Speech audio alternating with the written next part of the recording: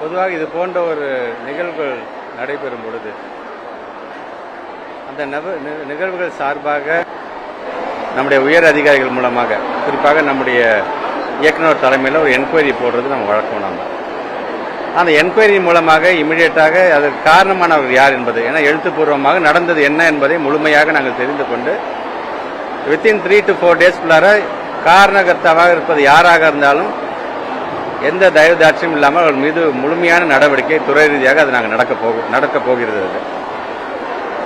அதனால்தான் இன்றைக்கு எந்த இடத்துல எங்களுடைய பிள்ளைகளுக்கு தவறான கருத்துக்கள் பதியப்பட்டிருக்கின்றதோ அதே இடத்தில் நாங்கள் முற்போக்கு சிந்தனையை கொண்டு நம்முடைய ஒரு தலைமை ஆசிரியராக 30 ஆண்டு காலம் பணியாற்றியவரை கொண்டு நம்முடைய பிள்ளைகளுக்கு எது தேவை என்பதை எடுத்து சொல்லுகின்ற விதமாக இன்றைக்கு கல்வி மட்டுமே சமத்துவ வளர்ச்சி மிகப்பெரிய ஆயுதம் என்கின்ற இந்த கருத்தை நாங்கள் வைத்திருக்கின்றோம். இது ஒரு புறம். தவறுக்கு யாரு காரணமாக இருந்தாலும் சரி, ஏற்கனவே தெரியும் கடந்த காலங்களிலே நடந்த பிரச்சனைகள், குறிப்பாக இந்த ஒரு சில பத்திரிகைகளை வாங்குகிறார்கள் என்கின்ற பிரச்சனை வந்தபோது உடனடியாக அதற்கான துறை ரீதியாக அவங்க ஆக்ஷன் எடுத்தோம். அந்த சிஓ யார் காரணமோ இமிடியேட்டாக அதுக்கு ஆக்ஷன் எடுத்தோம். தவறு என்பது அவங்க தெரிஞ்சு செய்யறாங்க தெரியாமல் செய்யறாங்க கிடையாது. அதுக்கான இம்பாக்ட் சமுதாயத்திலையும் பிள்ளைகள் மேலேயும் விழுதும்போது அதுக்கு காரணகர்த்தா யாராக இருந்தாலும் சரி அவர்கள் மீது உரிய நடவடிக்கை எடுக்கப்படும். இந்த நிகழ்வும் அது போன்ற நிகழ்வு தான். நீங்கள் சொன்னது போல, சங்கர் சொன்னது போல வித்தின் 3 to 4 டேஸ்ல அந்த உரிய நடவடிக்கை கண்டிப்பாக அவர்கள் மீது நீங்க சொல்ற மாதிரி எடுத்தோம் இல்லாம யார் தவறு செய்திருக்கார்கள், அடிப்படை காரணம் இந்த நிகழ்வுக்கு யார் அதுக்கு பொறுப்பாக இருந்தார்கள் உணர்ந்து உடனடியாக அவர்கள் மீது உரிய தண்டனை கண்டிப்பாக வழங்கப்படும். அதான் இப்ப நீங்க சொல்ற மாதிரி தான் இதை தீவிர விசாரிக்கும் போதுதான் யார் காரணம், இது எஸ்எம் புதிதாக கொண்டு உருவாக்கப்பட்ட எஸ்எம்சி மூலமாக காரணமாக, இல்லை இங்க இருக்கின்ற தலைமை ஆசிரியர் மூலமாக காரணமாக, அல்லது எங்களுடைய உயர் அதிகாரியுடைய கவனத்துக்கு கொண்டு சென்று தான் நாங்கள் செஞ்சோம் அப்படிங்கிற காரணமா என்பதான் எழுத்துப்பூர்வமாக பெறப்பட்டு நான் சொன்ன மாதிரி இன்னும் 2 நாள் 3 நாள் பொறுத்துக் கொள்ளுங்கள். அதுக்கான உரிய ஆக்ஷன் கண்டிப்பாக எடுக்கப்படும்.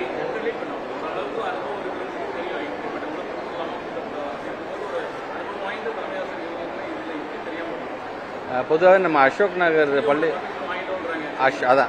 நகர் பள்ளிக்கூடத்தை பொறுத்த வரைக்கும் பல முன்னெடுப்புகளை, பல சாதனைகளை, பல வரலாறுகளை பெற்றிருக்கின்ற ஒரு பள்ளிக்கூடம். நானே பல நிகழ்ச்சிக்கு நான் வந்திருக்கேன், நீங்களுமே வந்திருக்கிறீங்க எல்லாருமே.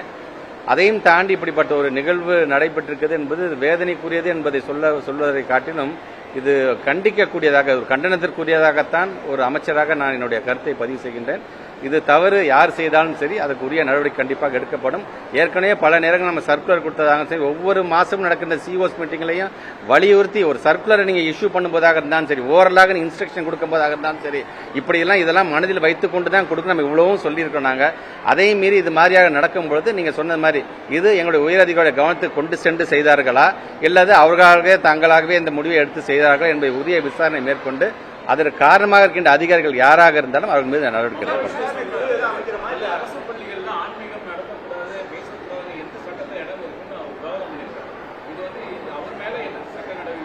அதான் நானும் நம்முடைய ஆசிரியர், தமிழ் ஆசிரியர் சங்கர் சார், அதனால தான் இன்னைக்கு குறிப்பாக கூட்டிட்டு வந்ததுக்கு காரணம், ஒரு ஆசிரியர் இனம் என்பது எப்படி இருக்க வேண்டும் என்பதற்கு நம்ம சங்கர் சார் மாதிரி ஆளுங்க அதை நீங்க உதாரணமாக எடுத்துக்கொள்ள வேண்டும்.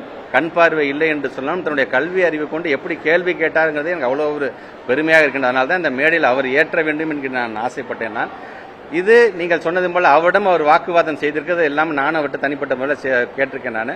பட் அவர் அது சார்ந்து அதுக்கான கம்ப்ளைண்ட் கொடுக்கறதும் கொடுக்காது அவருடைய விஷயம், அது அவருடைய இஷ்டம் என்று சொன்னாலும் எங்களை பொறுத்த வரைக்கும் அந்த காணொலியின் மூலமாக பார்த்ததை வைத்துக்கொண்டு கண்டிப்பாக அவர் மீது, அந்த மகாவிஷ்ணு என்று சொல்லக்கூடிய அந்த நபர் மீது கண்டிப்பாக உரிய நடவடிக்கை எடுக்க வேண்டும் என்பதுதான் துறை அமைச்சர். ஏன்னா இது ஏன் பிரமிசஸ், ஏன் ஏரியாவுக்கு நீ பேசி போயிருக்க, நீ என்னோட ஆசிரியரை நீ அவமானப்படுத்திட்டு போயிருக்கிற, அதனால உன்னை நான் அவ்வளவு சீக்கிரம் நான் சும்மா விட மாட்டேன் என்பதை இந்த நேரத்தில் அர்த்தம் திட்டமாக தெரிவித்துக் கொள்கிறேன்.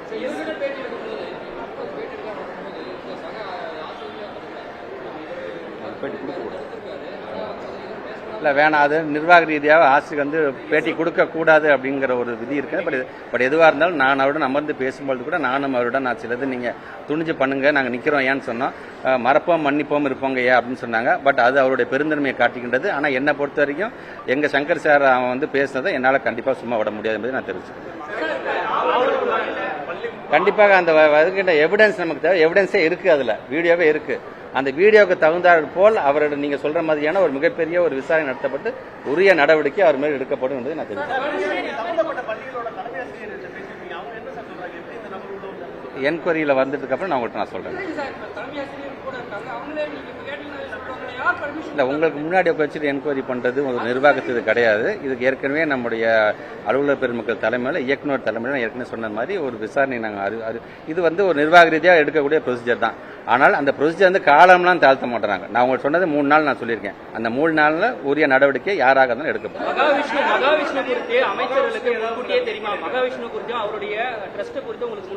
இல்லை, நீங்கள் வந்து இந்த ஃபோட்டோ வச்சுட்டு கேட்குறீங்க. அவர் எல்லா அமைச்சரையும் பார்க்குறாரு. எனக்கு விசிட்டர்ஸ்னு பார்த்தீங்கன்னா ஒரு நாளைக்கு 100 பேர் பார்க்குறேன். ஆளுக்கு வந்து ஃபோட்டோ எடுத்துகிட்டு போகிறாங்க.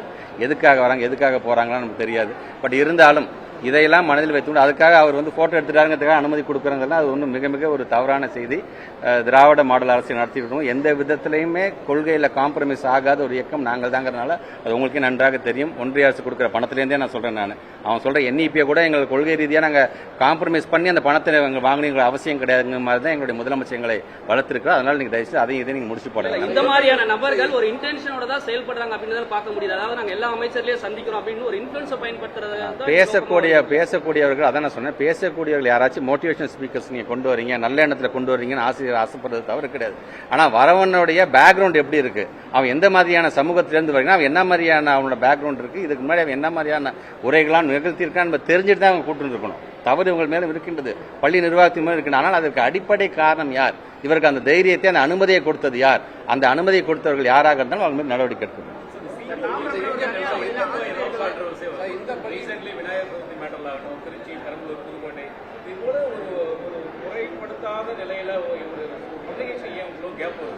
கேப்ல நீங்க சொல்ற மாதிரி அந்த விழா சம்பந்தமான 2 நாளைக்கு முன்னாடி வந்த சர்க்குலரை பொறுத்த வரைக்கும் என்விரான்மெண்ட் போர்டு ஜாயின்ட் கமிஷனர் வந்து ஒரு சுற்றறிக்கையை விட்டுருக்காரு எல்லா கலெக்டருக்கும். கலெக்டருக்கு அறிக்கை வந்தாங்க, மாவட்ட ஆட்சியர் என்ன பண்ண எல்லா COஸ்க்கும் அதை அப்படியே அவர் ஃபார்வர்ட் பண்றாரு. இவங்க வந்ததுக்கு அப்புறமே அதை அப்படியே எல்லாத்துக்கும் வந்து ஒரு இன்ஸ்ட்ரக்ஷன் கொடுக்குறாங்க. இது வந்து யாரு கரைக்க போறாங்களோ அவங்களுக்கு கொடுக்க வேண்டிய இன்ஸ்ட்ரக்ஷன். இதுக்கும் எங்களை பள்ளி பிள்ளைங்களுக்கு சம்பந்தமே கிடையாது. ஆனால் தேவையில்லாத இந்த விஷயம்லாம் வந்ததுக்கு உடனடியாக என்விரான்மெண்ட் ஜாயின்ட் கமிஷன் மீது உடனே சீஃப் செக்ரட்டரி சொல்லி உடனே நீங்க ஆக்ஷன் எடுக்கணுங்க. இவர் தவறுதலான காட்டக்கூடிய அந்த வழிகாட்டுதல் மூலமாக எங்களுடைய பள்ளி பிள்ளைங்களுக்கும் இது போன்ற தவறுதலான ஒரு சர்க்குலர் வந்து எங்க COs வழங்குறாங்கன்னு சொல்லி அதுக்கான ஆக்ஷன் நம்ம எடுத்திருக்கோம்.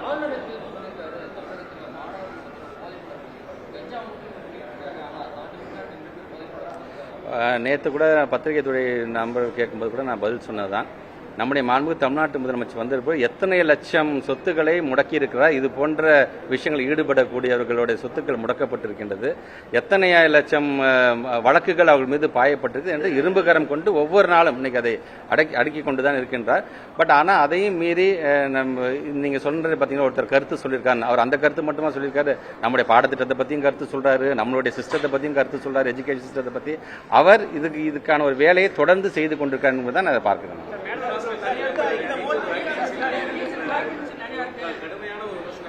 இன்ஃப்ராஸ்ட்ரக்சரை பொறுத்த வரைக்கும் சரி, எல்லாரும் இங்க வந்திருக்கேன். எல்லாருமே ஏதோ அரசு பள்ளியில் படிச்சிருப்பீங்கல்ல, உங்க வீட்டில் சொந்தக்காரங்களாம் அரசு பள்ளியில் படிச்சிருப்பாங்கல்ல, எல்லாம் வீணா போயிட்டாங்களா? அரசு பள்ளியை குறை சொல்வது யாராக இருந்தாலும் ஒரு பள்ளிக்கல்வித்துறை அமைச்சராக கண்டிப்பாக நான் வந்து என்னுடைய கண்டனத்தை நான் கண்டிப்பாக நான் தெரிவிச்சுக்கிறேன். இது வந்து தயவுசெய்து திருப்பி சொல்றேன். நீங்க மாநில பாடத்திட்டத்தையும் எங்களுடைய அரசு பள்ளியோட பிள்ளைங்களை பற்றி எங்களுடைய பாடத்திட்டத்தை பற்றியும் சொல்வது என்பது எங்களுடைய ஆசிரியர் பெருமக்களும் எங்களுடைய மாணவ செல்வங்களும் எங்களை அவமானப்படுத்துவதற்கு சமம். இன்றைக்கு எவ்வளோ பேர் நீங்க வந்து ISROல இருக்கின்ற டைரக்டர்ஸ்லேருந்து சரி, மயில்சாமி ஐயாவாக இருந்தாலும் சரி, இப்படி ஒவ்வொருத்தரும் பார்த்தீங்கன்னா எல்லாருமே ஏன் நேற்று நான் பேசும்போது சொன்னேன் 40வது சீஃப் ஜஸ்டிஸா நான் இருக்கிறேன்னு ஒருத்தர் சொல்றாரு, இருக்கிறேன் என்று சொன்னா நானும் அரசு பள்ளியில் படித்து வந்தவன் சொல்லும்போது இதெல்லாம் எங்களுக்கான பெருமை. இன்னைக்கு என்ன பொறுத்த வரைக்கும் ஏன் பத்திரிகை துறை ஊடகத்துறை சார்ந்திருக்க நண்பர்கள் வாயிலாக கேட்கிறேன். நான் எல்லா ஆசிரியர் பெருமக்களும் சரி, ஒவ்வொரு பள்ளிக்கூடத்திலிருந்து நம்முடைய பிள்ளைகள் என்னென்ன சாதனைகள் செய்திருக்கின்றார்கள், எங்கெந்த இடத்துல இன்னைக்கு உயர் பதவியில் இருக்கிறார்கள், யார் யாரும் ரிட்டையர்டான டீச்சர்ஸ் இருந்தாலும் பரவாயில்ல, உங்களுடைய பதிவுகளை நீங்கள் கொடுங்க. அப்பதான் அரசு பள்ளிங்கிறது என்ன செஞ்சிருக்கு, தமிழ்நாட்டில் நாம் எப்படி முன்னேறி கொண்டிருக்கிறோம் என்பதை இந்த மாதிரி கருத்துக்களை யார் வைக்கிறார்களோ, துறை சார்ந்து நாங்கள் வச்சா கூட நீங்க அதை அரசியல் நீங்க சொல்றீங்க. அதெல்லாம் கடந்து ஒவ்வொரு ஆசிரியர் பெருமக்களுடைய வேண்டுகோளாக நீங்க உங்களுடைய பதிவுகளை நீங்க கொண்டு வாங்க. நீங்க பதிவுகளை கொண்டு வரும்போது தான் ஒட்டுமொத்தமாக நம்முடைய மக்களுக்கு, பொதுமக்களுக்கும் இன்னும் நம் மீது ஒரு நம்பிக்கை வரும். இது போன்ற கருத்துக்கள் வைப்பவர் யாராக இருந்தாலும் அவருக்கு பதிலடியாக இருக்கும் தெரிவிக்கும். கண்டிப்பாக அளிக்கப்படும்.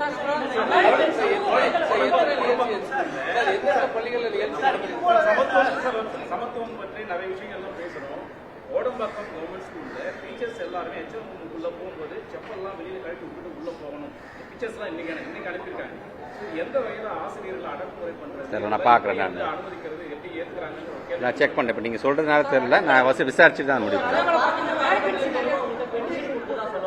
இல்லைங்க, அது மாதிரிலாம் இல்லைங்க. அவர் வந்து ஃபோட்டோ எடுத்தார், கொடுத்துருக்காரு, பார்த்தேன். நான் அந்த ஃபோட்டோ வச்சு தான் அவர் கேள்வியும் கேட்டார், அதுக்கு நான் பதில் சொல்லிட்டேன். நான் என்ன மட்டும் இல்லை, பல அமைச்சர்களை பார்க்குறாரு. அதில் வள்ளலார் சம்பந்தமான பாடப்புத்தகத்தை கொண்டு, வள்ளலார் ஒன்றும் கெட்டவர்லாம் கிடையாது, இந்த மாதிரிலாம் வரும்னு சொல்லியிருக்காங்க. தவிர அது அப்படியே நம்ம வாங்கி நம்ம துறை ரீதியாக கொடுத்துருவோமே தவிர, துறை எங்களுக்கு என்ன அறிவுரை சொல்லுது, எங்களுடைய அலுவலர்கள் SCRT சார்ந்திருக்கின்றவர்கள் கண்டென்ட்டை பேஸ் பண்ணி தான் அதெல்லாம் கொண்டு வர முடியுமா, இதுக்கும் அதற்கும் சம்பந்தம் இல்லை.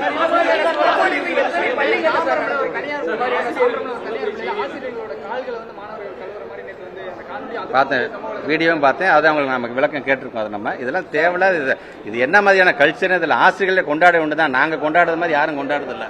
ஆசிரியர் தினமாக இருந்தாலும் சரி, ஒவ்வொரு முறையும் ஒவ்வொரு பள்ளிக்கூடத்துக்கும் போகும்போது துறையினோட அமைச்சராக நானே வந்து ஒரு தலைமை ஆசிரியர் இருக்கையில் நான் அமர மாட்டேன். ஏன் டீச்சர்ஸோட சேர்ல கூட நான் உட்கார மாட்டேன், ஸ்டூடெண்ட்ஸில் உட்காந்து எல்லாத்துக்குமே தெரிஞ்சதான். ஆனால் இது என்ன மாதிரியான கல்ச்சர், இதில் போய் அவங்களுடைய பாதத்தை கழுவுறதெல்லாம் வன்மையாக கண்டிக்கக்கூடியது. இனி இது போன்று நடக்காத வண்ணம் என்ன மாதிரியான சர்க்குலர் கொடுக்கணும், கண்டிப்பாக அதை நான் கொடுக்குறேன்.